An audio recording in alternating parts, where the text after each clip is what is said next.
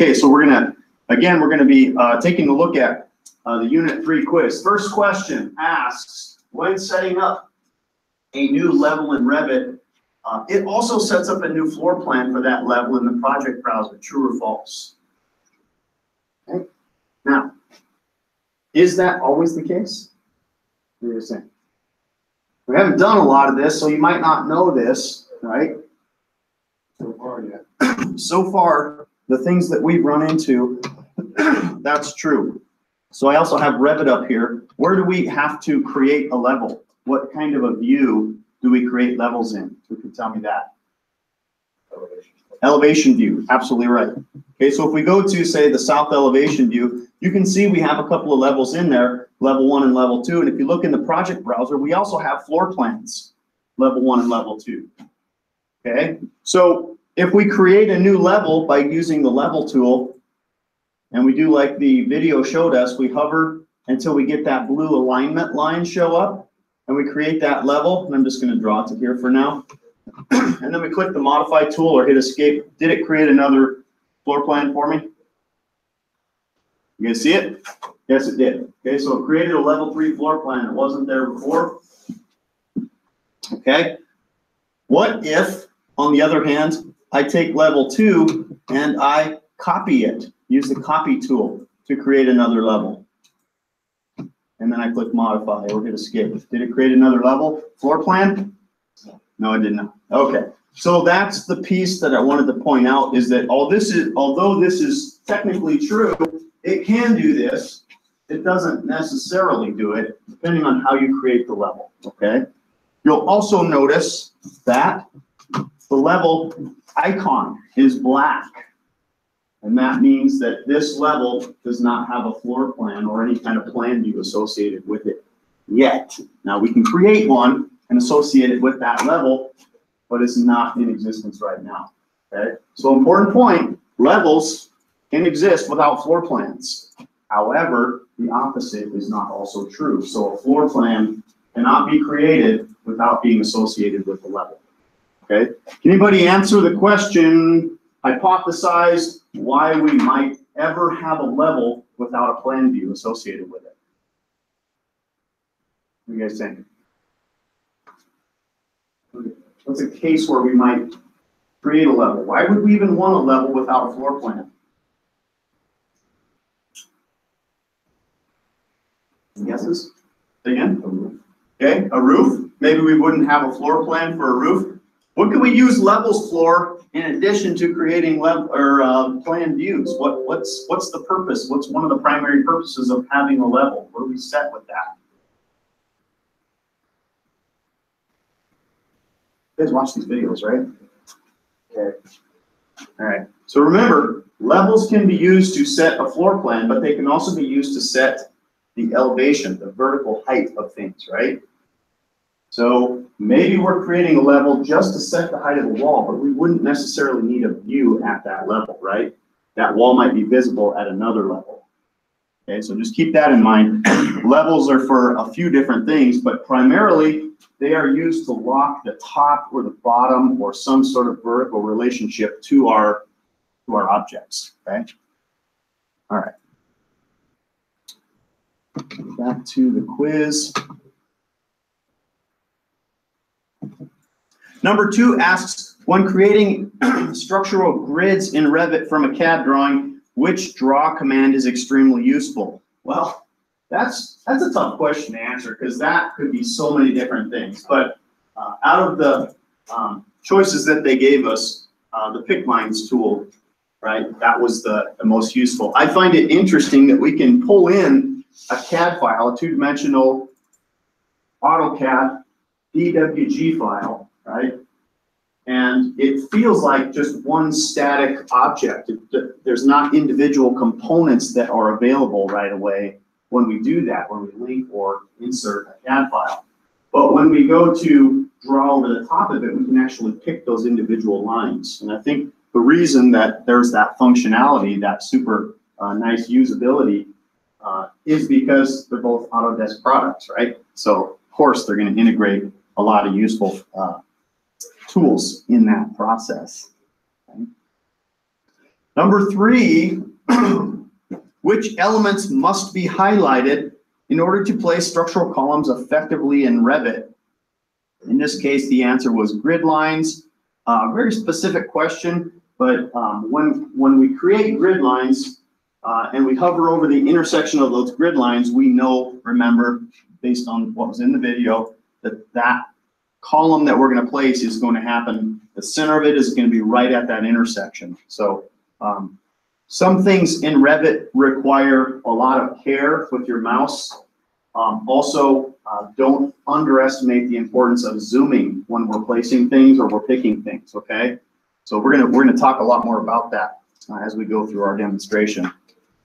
All right, finally, number 4, which of the following is not true about levels in Revit?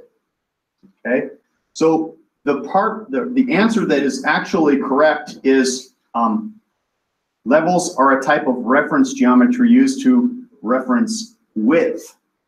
That's not true, right? We know that levels actually reference height, right? Okay, so that one is not true. I think, does anybody remember offhand what they actually thought or said the correct answer was? Anybody remember that? Has something to do with the shortcut, keep L-L. Yeah, that's what it was. You're right, Kevin.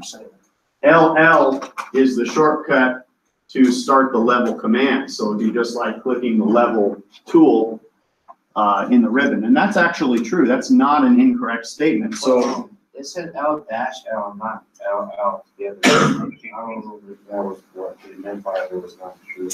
yeah, that's a good question. And that's kind of just another thing that could be confusing about this quiz. So if they meant L-L, if they meant that literally, then that also would be incorrect, right? It's actually just LL, right? Okay. So I really struggle with these questions that say which is not, because we tend to, in our minds, find correct answers by, naturally that's what we're looking for. So it's easy to miss these things. But fortunately, we can take this quiz as many times as we want, right? So everybody drilled down into the correct answer, which was LL, but the actual correct answer is this one. We don't reference width using levels, that's height. All right, number 5, what's the difference between linking a CAD file and importing a CAD file? And I have this sort of in our discussion today, but you guys understand that linking and importing, right, is very similar to insert and XREF in AutoCAD. Okay, everybody remembers AutoCAD X references. When we X reference something, the file creates a relationship, a live link between our current project or drawing and this other external thing, right? So when we link something, every time we load that project that we're in, that link, it looks and reloads the latest version of it. So if that thing changes, it's updated and reflected in our current drawing or project, okay? Inserting or importing, on the other hand, inserting in AutoCAD or importing in Revit just creates a static image of that file as it existed at the time of insert. It's never updated. There's no live link. Okay, it's a one-off deal. And that's an important distinction, and one's not better than the other. It just depends on what we're using it for, right? With I was having problems when I imported it. I couldn't unload and load the drawing. Can you only do that? Yes, that's right. Yeah, yeah. So important distinction. When you load and unload, you're actually going to the link Revit manager or link manager in Revit, right? And so there, that key phrase is the difference there. You're looking at all the links, not the things that you've inserted. Those inserted things just become an object in your drawing, basically. Yep, good question. All right, number 6, grid lines are created as reference lines for foundations of Revit projects. Okay, really don't like that question. Grid lines can be created for a number of things, okay? But the statement as it's put is true. It's just a little misleading. It makes it sound like this is all that they're used for, and it's not, right? Grid lines are created as reference lines for foundations of Revit projects. they're also created as the basis where grid structural columns are going to go, and a number of other things too. Okay, so just bear that in mind when you're talking about grid lines. We reference a lot of things off of grid lines, okay, not just foundations. And in number 7, which of the following descriptions, again, in one of these negatives, is not true about architectural columns? Your answer, my answer, is they are designed for strength and load bearing. That is not true. We know that from the video, again, architectural columns and structural columns, two different things. What are structural columns for? They're for bearing weight, right? They are those steel, what we commonly refer to as I-beams, but we all know that that's actually a wide flange beam, but it's turned vertically, so it's a column, it's not a beam anymore. And those are designed to hold up things, okay? Architectural columns often are wrapped around structural columns, but they are more aesthetic or decorative, right? They're just there to look good and to sort of maybe simulate an older style of a structural column from days gone by, okay? So that is generally true for all things, not only just in Revit, but also in this industry. If we talk about architectural things, we're talking about things that are there for the purpose of design. If we're talking about structural things, we're talking about things that are there for the purpose of holding things up, okay? And there is some crossover between those things. Something can be architectural and structural at the same time. We won't go down that road right now, but just understand that generally speaking, those things are separated by the fact that one holds things up, one thing looks good. All right, any questions on any of those before we move on? Okay, good. So let's dig in. Let's dig into our discussion over Unit 3. If everybody would go ahead and open up Revit, if you don't already have it open, hopefully you do.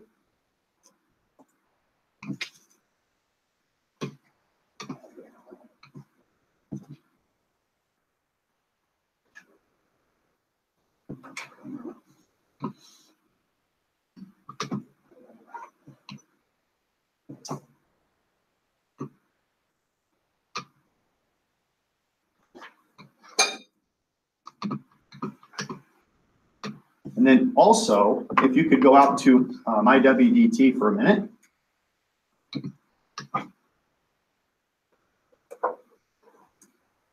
There's an assignment out there called Discussion Unit 3 under Week 2. Probably seen this.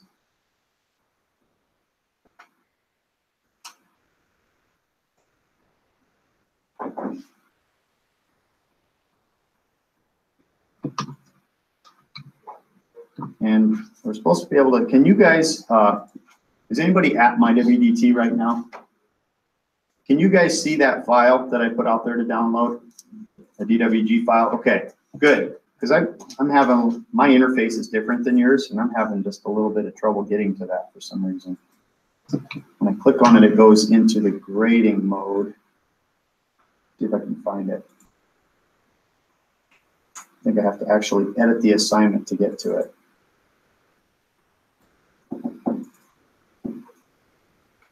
Okay. Go ahead and what I'd like for you to do is that DWG file that's attached to the Unit 3 discussion assignment, go ahead and download that to a location, save it to a location on your computer where you know you can find it, okay? Put it someplace on your desktop, in your working folder, wherever you want to that's convenient, but that you can find it easily, because we're gonna practice linking that file, okay?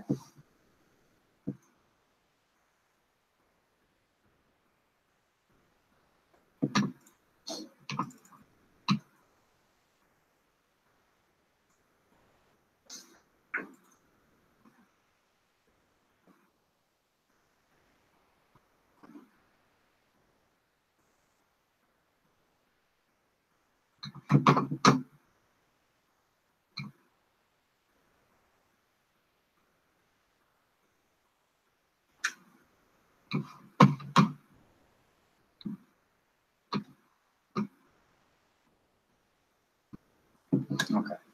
So once, did everybody get that downloaded okay? We need a minute or two.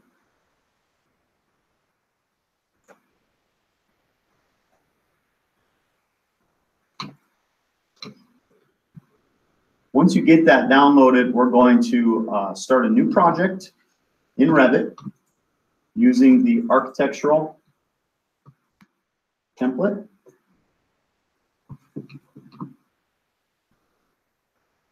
Please browse that file that we just downloaded. You don't have to, if you know where it is, Kevin, we will browse to it eventually, but for now, all we need to do is just open up just just start a new project in Revit, not AutoCAD. Okay, in Revit, I just have residential default and the default templates, those two. Okay, yeah, just go ahead and use the default one for now. I think we might need to update your template files. So we'll get to that. For now, it's not critical that we're all using the same one.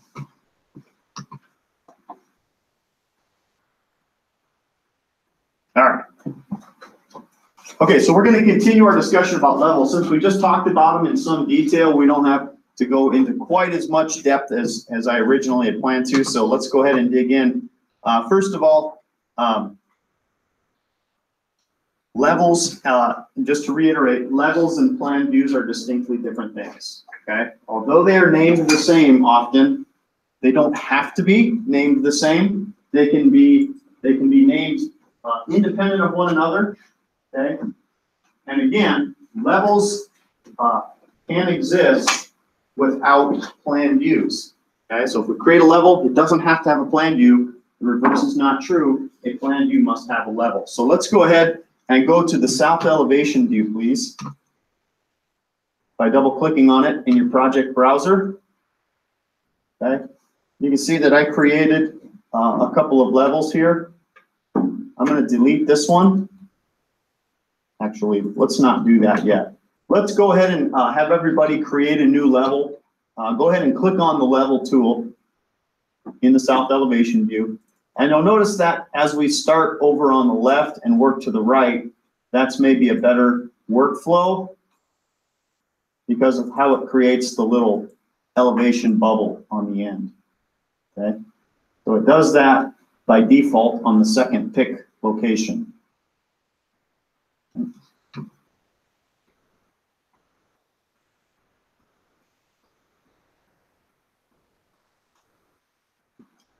Right. So the reason that it created a plan view when I use that tool, let me just back up a minute. I'm going to go ahead and click on that level tool again. Something that I want everybody to start getting in the habit of. Whenever you start a command, use any of the tools, especially the creation tools up on the ribbon.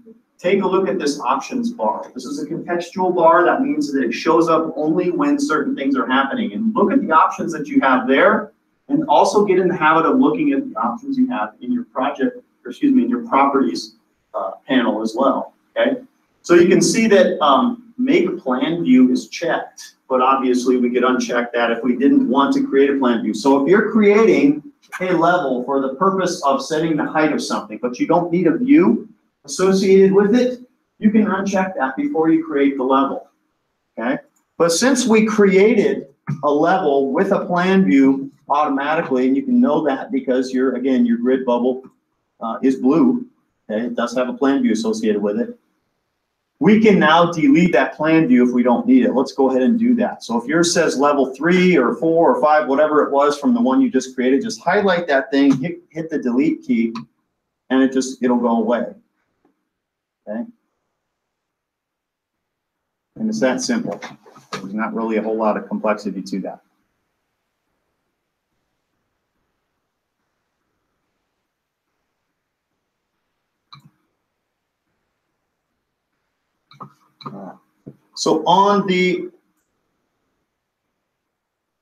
So what it also did, I'm noticing here, I just noticed that mine is still blue here, and I forgot that ceiling plans also get created by default, okay?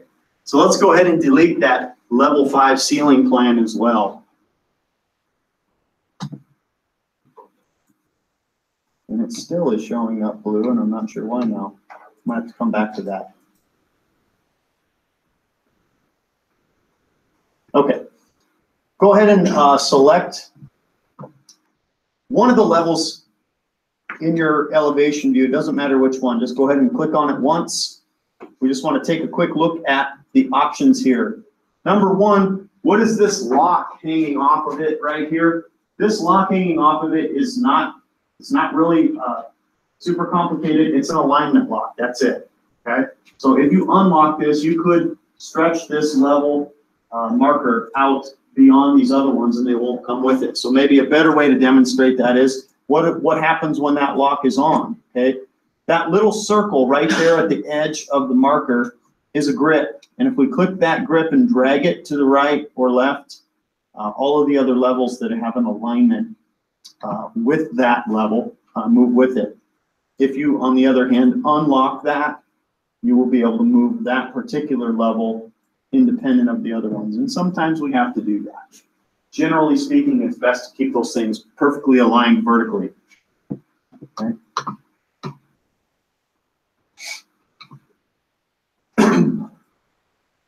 We can also turn that, I think the video did a fine job of demonstrating, we can also turn on and off that icon and the text associated with it. If we wanted it only to show up at the other end, we could turn it on over there, turn it off over here, vice versa. Okay, so that functionality is pretty simple, straightforward. Here's one that's maybe not as obvious. If we have level 1 that's really close to level 2, and I'm just going to go ahead and drag this up. Okay, I'm going to move this intentionally. I wouldn't recommend doing this a lot, but I just drug that elevation up to the 8-foot level, and now I've got another level at 10 feet. And at this particular scale, it gets really hard to see and read those things, right? So what we can do is there's a little break or elbow. There's a little add, they call it add elbow icon right here. It looks like a little squiggle right on the line. If you click that, now it gives you a little elbow in there, and now you can drag those grips. Let's go ahead and just drag this one up. I'm going to drag this back, and this would be the correct way to show a level like that. Be something like this. And you'll see that in AutoCAD drawings too. That's kind of how they do it. They'll just put a little diagonal just for the sole purpose of giving you space for that text to be readable. Okay.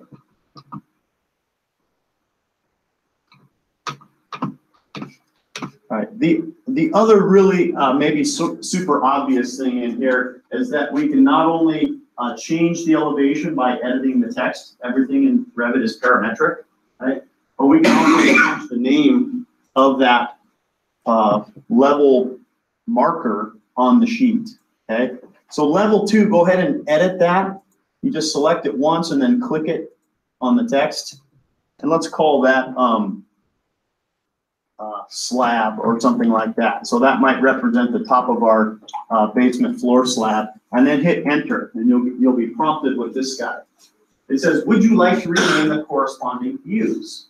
Okay, so here's an option for us, right? If we want to make sure that what it says on the sheet when we print it out is the same thing that it says in our project browser, which is not printed anywhere, we can choose yes, okay?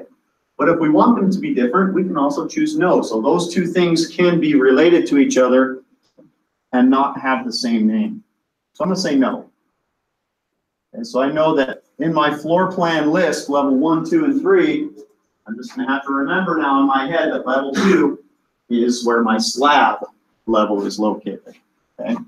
All right.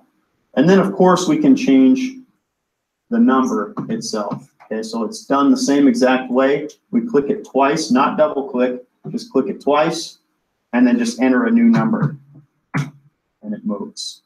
Okay, so we can move things. We can change it parametrically by just editing the number. We can drag, click and drag, right? And that number will always indicate where it's actually at.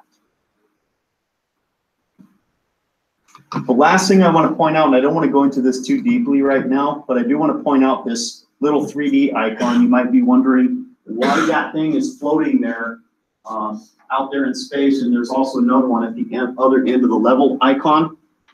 Okay, that thing is there because this level marker, this level 4 marker, is going to be visible in more than one place. We're in the south elevation view, right? And if we go to the north elevation view, we're basically going to be seeing the back side of this, Okay, so we're going to be seeing this on the other, from the other direction. Okay, so this marker actually exists in 3D space, sort of. Okay, so if I want to, for example, change the location of level 4 and drag it over here, but I don't want that same thing to happen in the north elevation, then I can change this from a 3D to a 2D. So what that means essentially is that, do I want the changes, the edits, the modifications that I make to this level marker to be visible in other views? Okay, that makes sense? So now if I drag it over here and I go to the north elevation, it's still right here. It did not get drug over. Okay. Other ones, if I drag them over without changing it to 2D first, they're gonna move. Any questions on that? That's as deep as we need to go into that discussion right now, I think. All right, so everybody should have some stuff on their screen that indicates that they played around with elevations a little bit today. I think we're gonna move on to our next topic if nobody has any questions about levels. By the way, while we're thinking about it, if you would, everybody, just right now real quick, since you started a new project, it's always a good habit to get into to save it right away.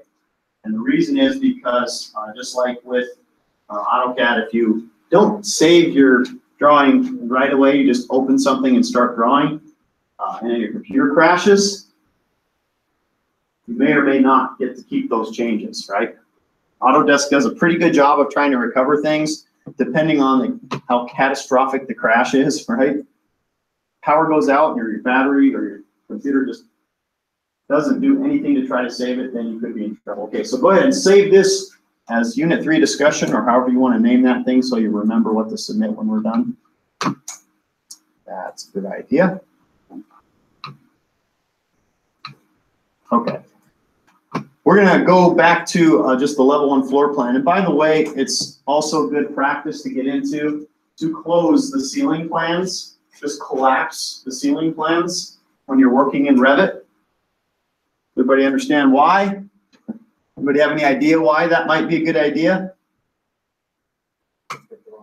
Yeah, maybe kind of obvious, but even people that have been using Revit a lot of years still double click on that ceiling plan and they start drawing walls or something like that, and they get down the road a little ways and they realize, oh man, I just drew all that stuff on the ceiling, okay, not on the floor.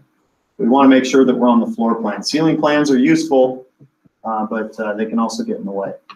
All right, so level 1 floor plan.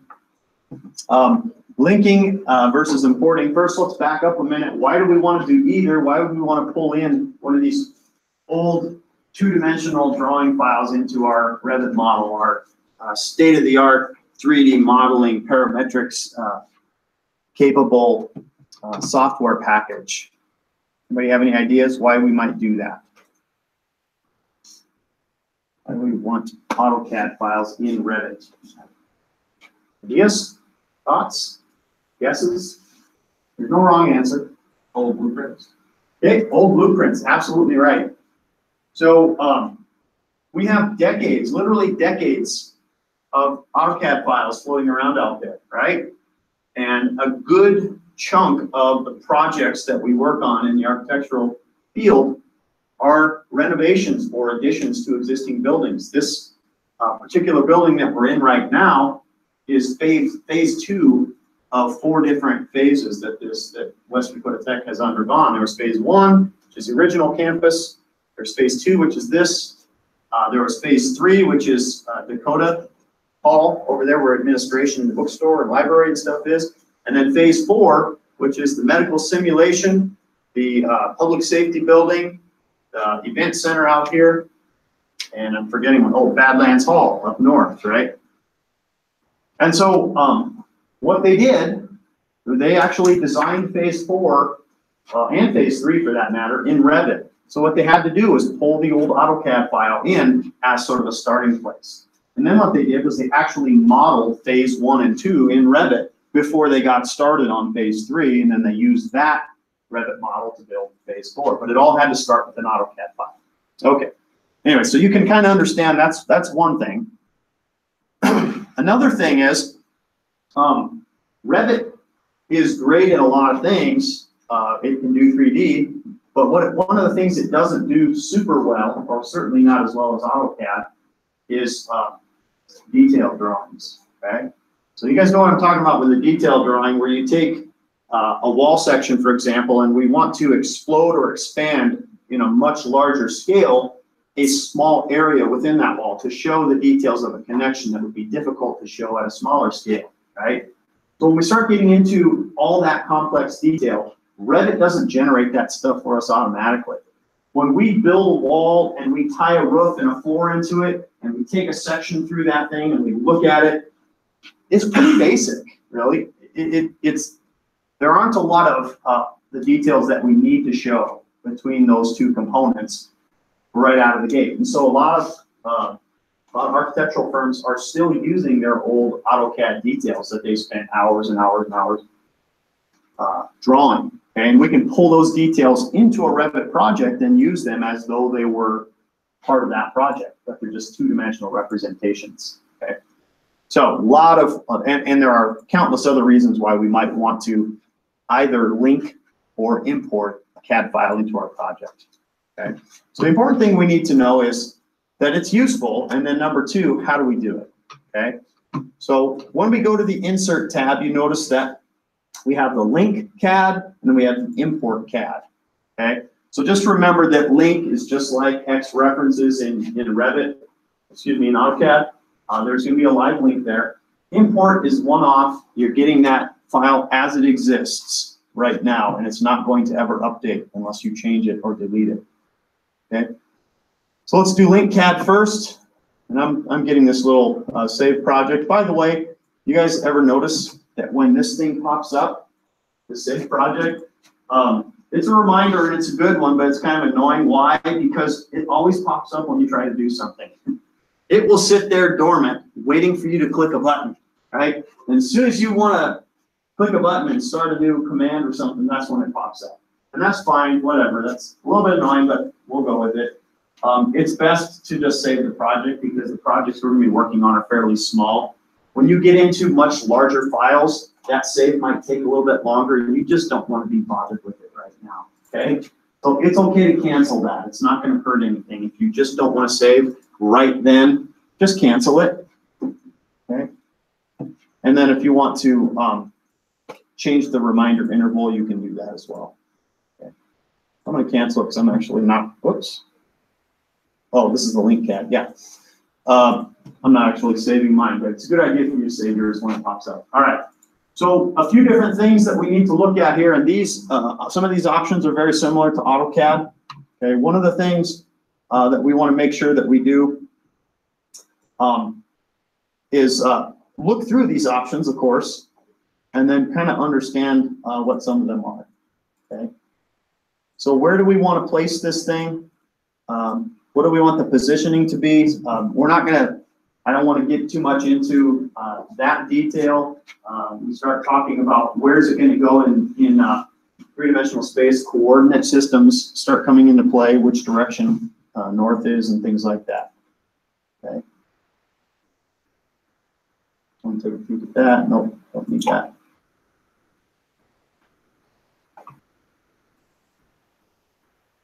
All right, so let's go ahead and click open. Oops, I got to get to that file. Mine's on the desktop. Let's browse where you saved that DWG file. It's called EFF APT. You might have seen that last semester.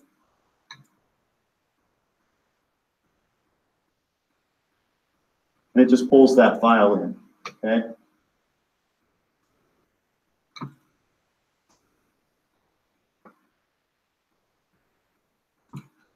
Let's do the same thing. Once you get that guy in there, let's go ahead and just do the same thing with the same file using the import CAD option. Okay.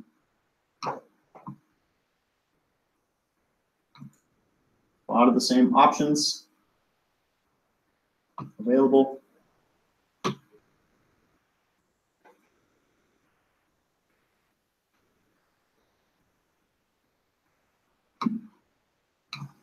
I think I've probably placed one right over the top of the other. And I did. Okay. So one of those is the link, one of those is a static thing. How do you move that? It's my stat too, but I couldn't get it to. Okay, so the little pin, you'll notice that it comes in with a pin. It's pinned in place. You can just click that pin icon when you have it selected, and then you can move it.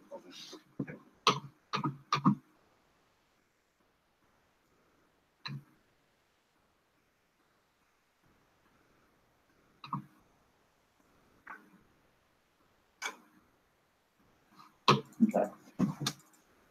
The videos showed us that we can now trace over the top of this thing. We can also explode imports, right? We can explode these imports and have individual lines.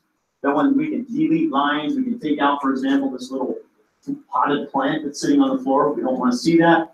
Just, we can explode this thing, we can change it, and we can even, hide this when we're done if we just want to trace over it for a minute, like they did in the example. We just want to get the wall locations right. So we trace over that, we create our walls right over the top, our actual 3D walls, not these two-dimensional representation of walls.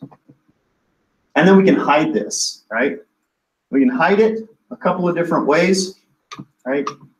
So if we want to hide an import, we can just right-click on an object and say hide in view an element. Okay, and I don't remember if the videos went through this at this point, but this is something that you'll probably do a lot. Okay, so if we want to hide this thing permanently in this view, not permanently, if we don't want to see this in the end product of this view, we can do that this way. So let's go ahead and either one of these things, let's just right click on it, say hide in view elements, and it disappears, or seems to. Right? If you ever need to get that back, you have to go down to the bottom of your screen. You'll notice there's a little light bulb shaped icon right next to a pair of glasses. Okay, everybody see it? It's called Reveal Hidden Elements. Go ahead and click that. The boundary of your screen turns sort of this magenta color, as does everything that's currently hidden in the view, but it comes back. Okay? Now right click on that thing that we just hid and say unhide in view elements. And then again, click that same light bulb icon at the bottom.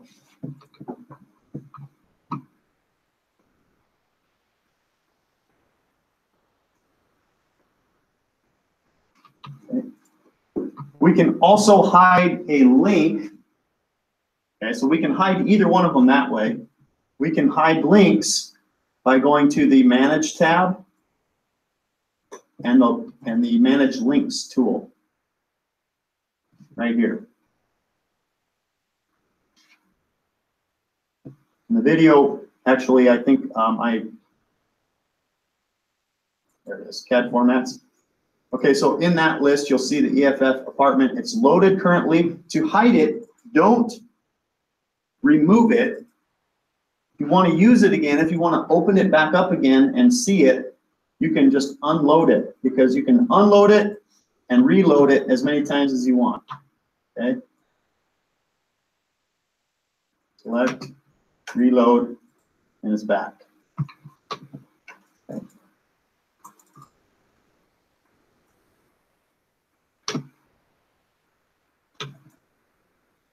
Okay. We've got a couple of things in there. We know this one's the link, this one's the insert. Okay. Now, just to reiterate, if I were to go out right now and open up that CAD file, that EFF apartment CAD file in AutoCAD, and I made some changes, I deleted that plant and I took that door off and I moved this wall, whatever I did, and then saved it and closed it, I don't know for sure that Revit would tell me immediately that this is now updated, it needs to be reloaded.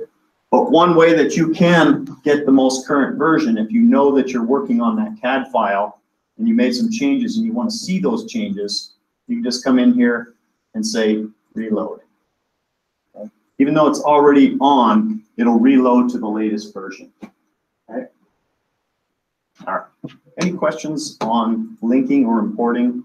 Everybody just at this point, I guess, understand how to get it in there and then what the difference is between the two.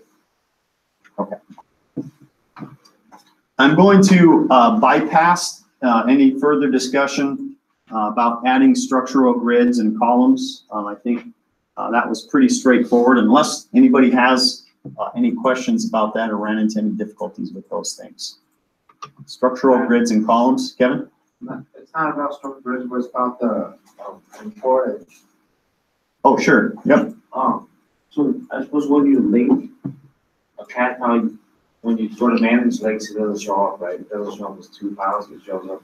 Only the one that shows up is the one that you imported, correct? The only one that shows up is the one that we linked. Link, okay. That's right. Yep.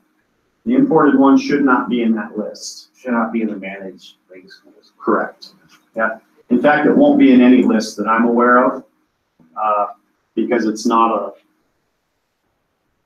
a manageable thing. It's just an object now that's in your drawing, it's in your project.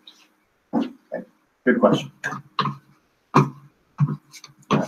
So we talked a lot about structural grids in the videos, and we talked about structural grids a little bit in the last lesson as well. We showed you guys some examples of some actual projects where some structural grids and grid bubbles that were lettered across the top and numbered across the side for the purposes of locating structural columns and walls and foundations and other things. I want to point out one other tool at this time that is also very helpful in locating and defining things on a plan view, and that is reference planes. Okay. Now there's different companies are going to use reference planes different ways, and by companies I mean architectural and drafting companies. But I want to show you where this is. It's on the main architecture tab, and it's almost all the way to the right. It's called Ref Plane, and reference planes are there and can be used to define where things are at, just like grid lines. Okay. The difference is reference planes exist only for that purpose, to define where things are at. Okay. Now, not every company is going to use reference planes in the same way. Some places are going to use reference planes in families when creating new families, like doors and windows and things like that. And some people are going to use reference plane to define where the walls on their floor plan are. Okay, and I'm personally an advocate of that. I like to use reference planes to define where the boundary of the footprint of my building is. Okay. So reference planes are not going to print. They are not designed to be part of the construction documents that we print out on paper eventually. Grid lines are. Grid lines are part of the construction documents. They're technically annotations that exist on the floor plan intentionally. Reference planes are just there as a guide that you can lock things to, and you can lock them also. Okay.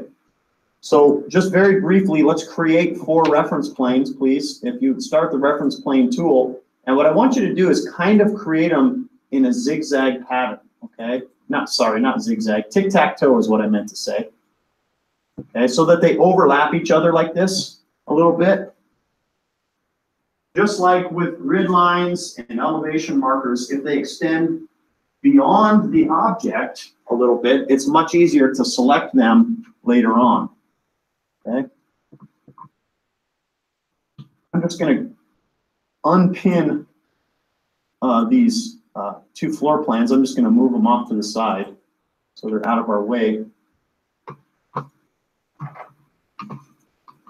What I'd like for you to do is to just draw 4 walls. I want you to do it in a way that's specific. Okay, I want to be specific about this. I want to be deliberate about it. So let's do this. Does everybody have the 4 reference planes in there? Okay. What we're going to do is we're going to use the wall tool. We're going to pick a specific wall. We're going to set the location line on that wall, and we're going to use the rectangle tool to draw 4 walls at once. Okay, super fast. All right, so start by clicking on just the top portion of the wall tool on the architecture tab. let's set the well, first let's set the wall type to, let's say exterior brick on CMU. Wall type. If you don't have that wall type in your project, just pick something that's fairly complex like that. Then let's change the location line, okay, to finish face exterior. What that's going to do is it's going to attach our cursor to the outside face of the exterior part of that wall, which in this case is a layer of brick. Okay. And then lastly, let's select the rectangle tool over in the draw panel. Okay. So the rectangle tool is there for exactly this purpose. If we know we're drawing something rectangular, all we have to do is pick the two corners, right? So you can start anywhere you want. I'm going to pick this intersection right here, and I'm going to come down here. I'm going to pick this intersection right here, and there's my 4 walls.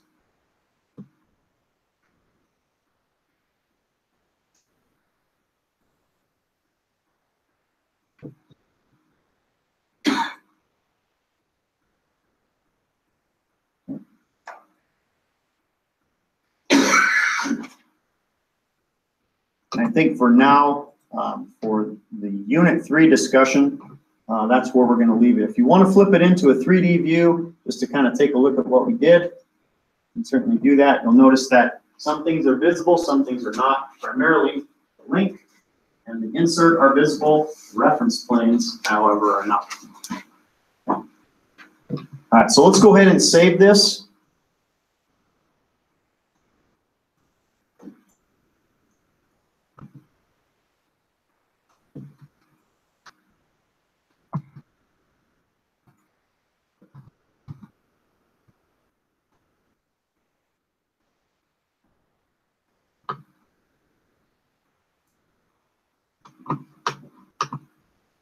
Was this the same file that we did elevations on? The elevation ones that we drew like 4 levels? Yes, yeah. Okay, All of that should still be in your south elevation I made view. 2 separate files. You did 2 separates? Okay. And that's okay. Kevin, just maybe submit both of those under Unit 3 discussion. We are going to, in this file, what I'd like for you to do, after you've saved it, what I'd like for you to do is now do a save as, create a copy of it, in other words, and call it Unit 4 discussion, or wherever you want to put it or name it, just to keep it separate. Because we're just going to continue with this file, but as a separate file. Okay, so just save as real quick. Unit 4. Save as project.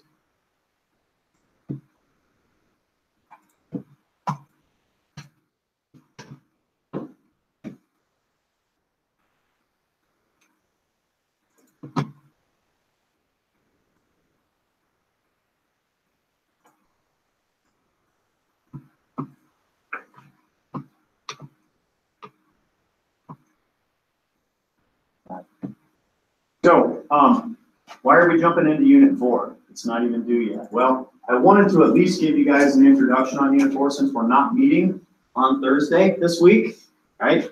Hopefully everybody was able to get signed up for that Electro Technology Expo. If not, it is an extra credit assignment, so there's no penalty, but really, I think it's beneficial to us to go to things like that and get out of the classroom every once in a while. Okay, but since we're not meeting on Thursday, I do want to take these last 15 minutes or so and dig into Unit 4 as far as we can, just to give you a preview of it. All right, this one is where the fun kind of starts to happen. So doing grid lines and reference planes and inserts, it's not really all that exciting, but it does lay the foundations for what you kind of need to get rolling. So let's go ahead and just dig right in, okay? So in the video, you're going to find out how to create walls, and what the video is going to show you is they're going to have grid lines and they're going to have 4 columns set up, and you're going to draw a wall. You're going to create walls on the outside of those columns, okay? Now, unfortunately, that's not a perfect analogy of a workflow, and oftentimes those grid lines are gonna be lined up with the walls themselves, not the columns. The columns will be offset from the grid line a little bit. And if you look at, if we go back and we look at the example that we looked at last week, Dakota Hall, and then also the Med Sim Center, that's in fact exactly what they did, okay? So a lot of different ways we can do it, but just understand that we're trying to learn the tools, but we're also trying to understand at the same time what is going to happen in the real world, so that we're giving you guys best practices at the same time. All right, so what I'd like to do is on level 1, with these 4 walls we just created, what I'd like to do is see a little bit more detail on those walls. So if you would go ahead and change the detail level from coarse, which is where it's at now, to fine, and zoom in a little bit on this wall. You can kind of see what's going on here.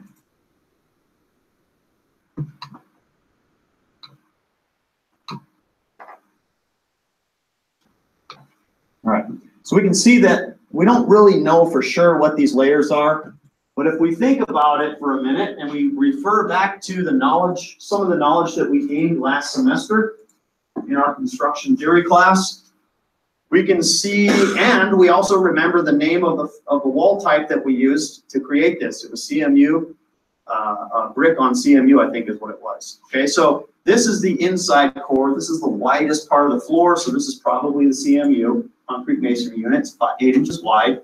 There's something happening just to the outside surface of that concrete masonry unit. What do you suppose that is? What might this layer right here be? This is a cavity wall. What's happening right against the CMU? Guys remember? Okay.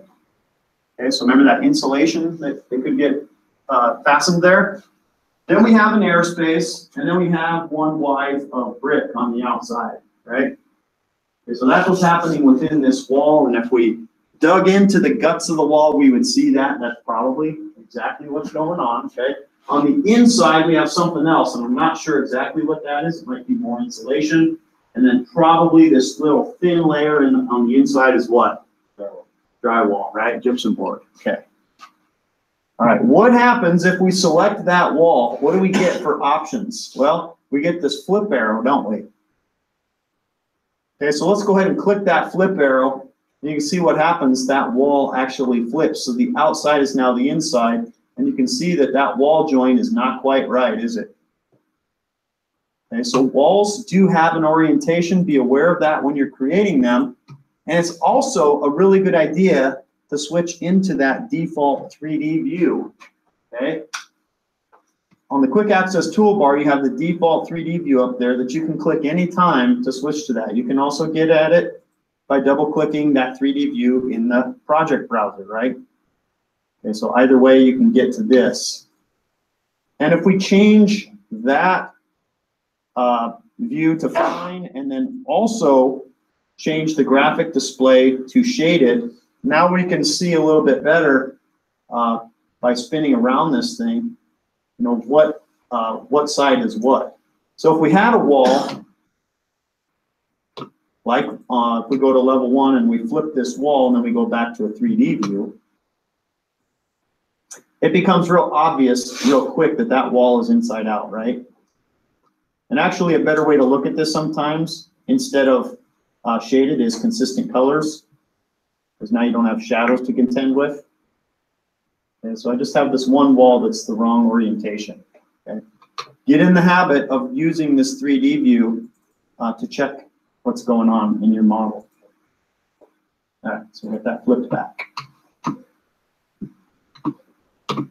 right. Before we start creating walls, I want to point out one thing that the video completely skips over, and that is temporary dimension settings, okay?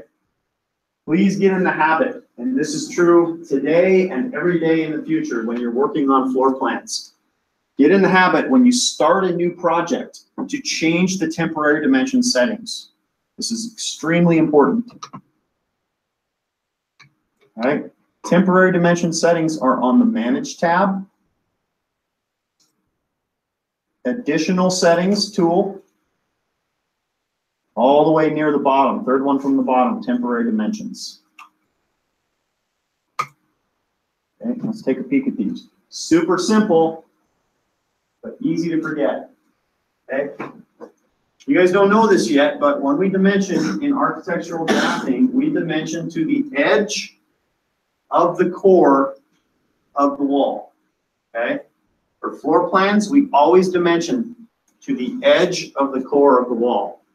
What does that mean? Well, it depends on the kind of wall, right? If it's an interior partition, the edge of the core of the wall is essentially the edge of the stud.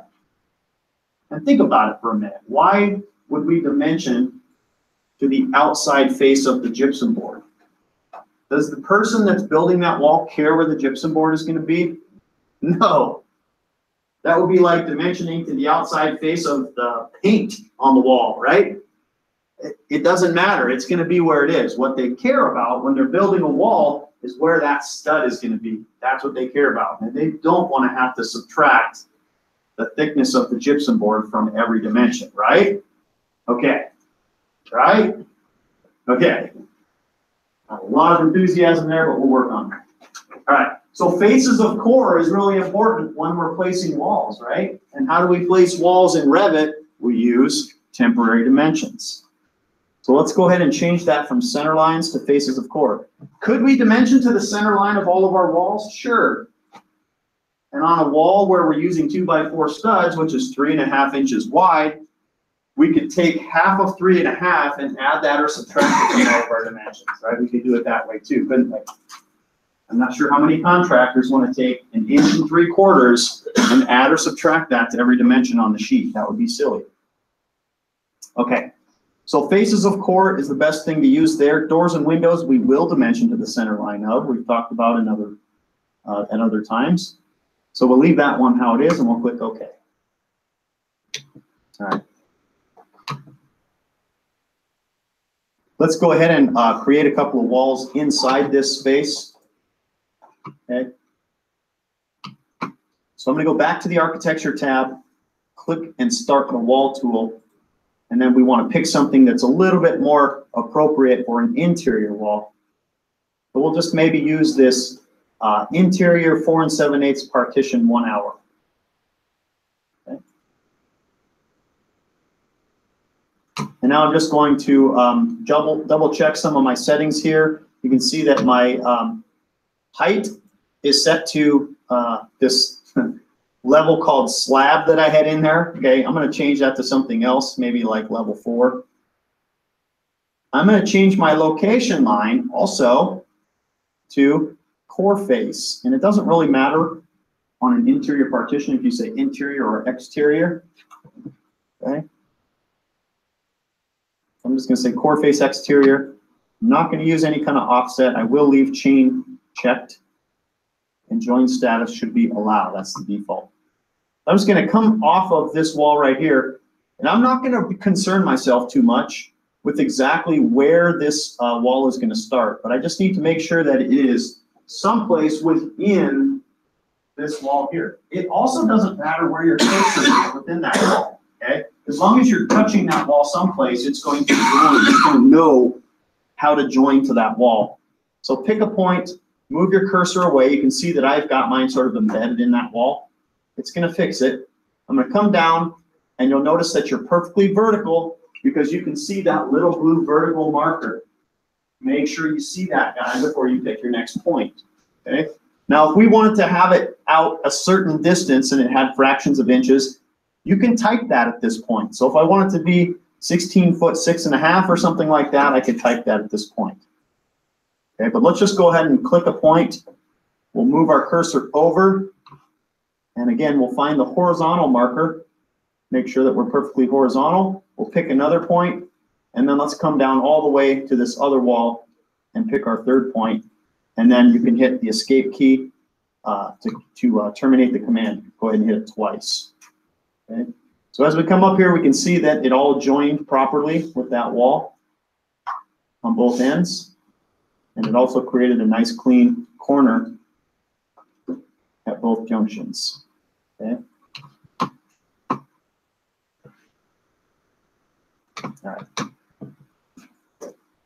We just got done talking in AutoCAD in our arc drafting class that when we're creating walls, we want to be very deliberate about where we start and end those walls.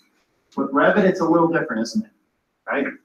With Revit, we can just sort of put them wherever we want, and then we can use temporary dimensions to set their exact location. So go ahead and click that first wall that we created. You'll notice there's a temporary dimension that showed up, and the length basically from one end of that temporary dimension to the other is 15 foot 2 3/8. Okay?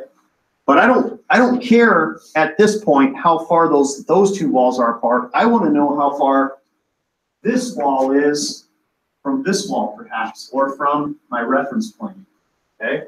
So let's use the grip on that right extension line and drag that, click and drag that over to my reference plane and then let it go. Okay? Next, let's click this grip and don't drag it, just click it and let go. That's not actually doing, it's this one up here, I'm sorry. Notice how it toggled from one point in the wall to another, and it just keeps doing that the more I click it. Okay, so what that's toggling between is the left side of the core, the center of the core, and the right side of the core. Okay, very important you have that temporary dimension where you want it on both ends and within the wall itself, because this is what your dimension, when you ultimately dimension this drawing, that's what it's going to read out. Now I can change this to something else, and I might want it to be, say, 36 feet even from that point. Okay. I can repeat that process as much as I need to.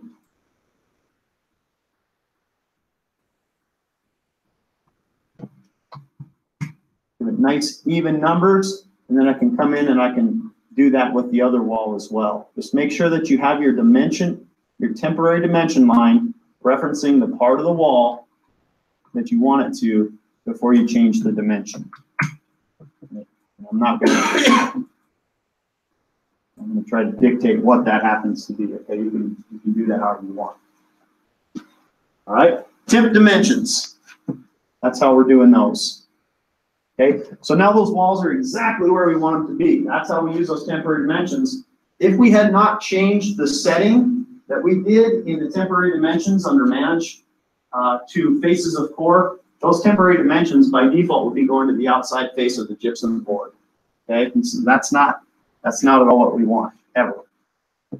Okay, we always want a dimension to the core, to the structure of that wall. Now, do you have to change that setting every time you load up a new drawing? Using the default architectural template, it is set that way in that template.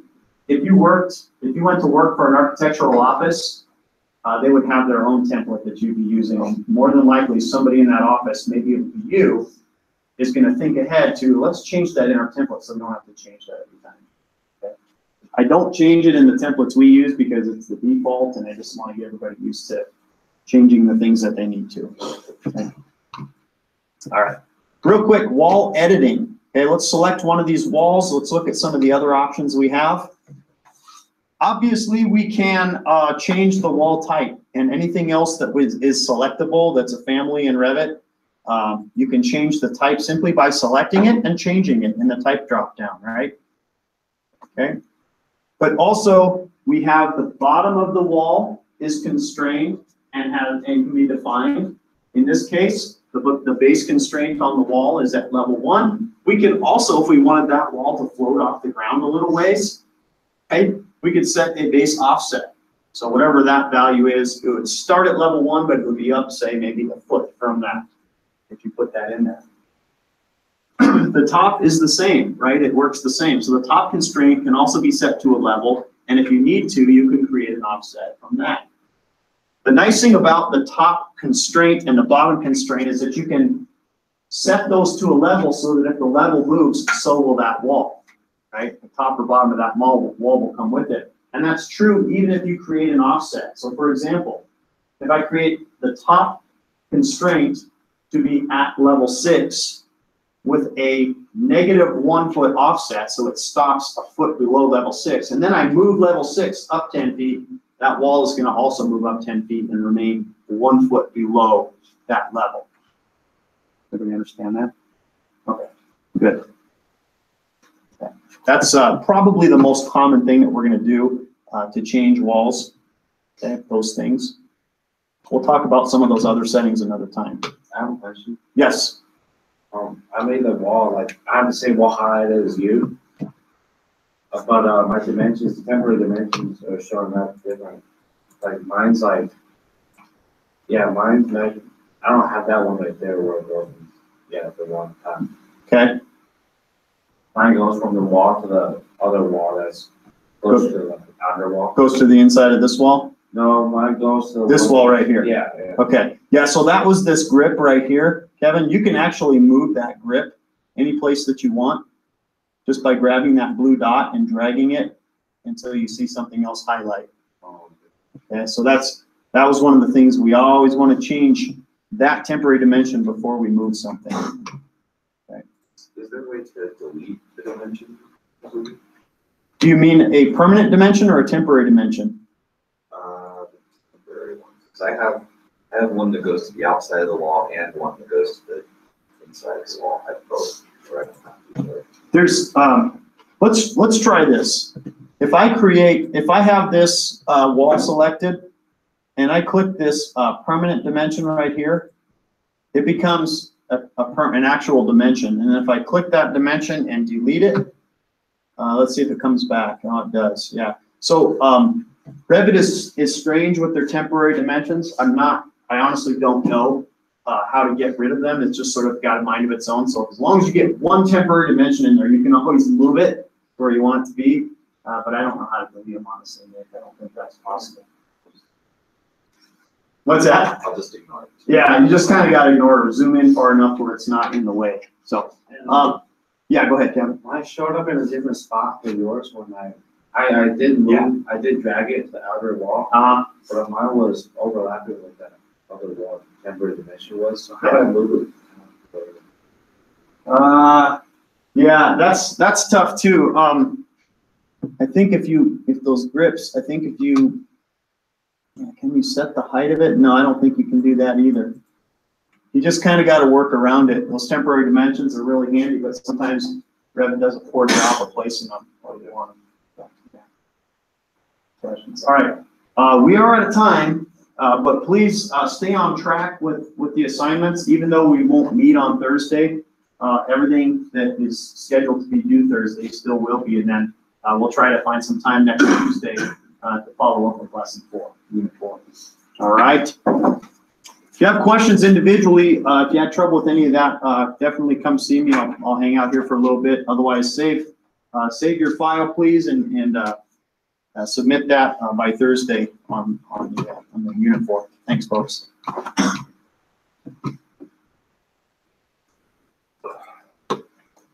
Okay. I was able to talk to the library and they need a receipt. Do you mean the bookstore? Yes. Okay. So they need a receipt for the Bosal professor that you purchased. Yes, to see if the receipt's on, if the code is on. Is on the receipt. And they don't have any records because they wouldn't be able to reference a receipt for the name, I guess. What it sounds like. Yeah. Okay. Is there a way that I can like purchase the code? Again, but that would be a shame to have to do that. If that's what you're meaning. But we gotta get that. So one way or the other, we gotta figure that out. So I could who did you talk to down there? You did talk to Jessica. Jessica, yes. Okay. So you've gone through all your stuff and just I did. can't find that thing. I cannot find it, unfortunately. Okay. Yeah, I was really hoping that they'd have some sort of record down there in case people lose that code. But unfortunately, that's just kind of where we're at. Sounds like. So I'll check with her also one more time and just see if there's anything else. what do you want me to do about all this? I think they're slowly stacking up. Yeah, no, they're stacking up rapidly because it's 2 a week, so, there's no way I can give you access, you know, I just don't have that power to do that. So we need to probably resolve this today, so you don't get into it. Alrighty. So, let me give Jessica a call real quick and, see if there's any other options for us, otherwise it's just gonna be. Alrighty. I hate doing that, but. I mean, and I suppose it was my fault for not keeping track of everything, so yeah, I totally understand. Thank you for your help anyways. Yeah, absolutely. And even if you had registered it or signed in even once, you know, you could have Yeah. done something to get a password or something like that. But let's look into it one last time. I'll talk to Jessica and we'll see what we can figure out. Alrighty. All right, Thank you. you bet.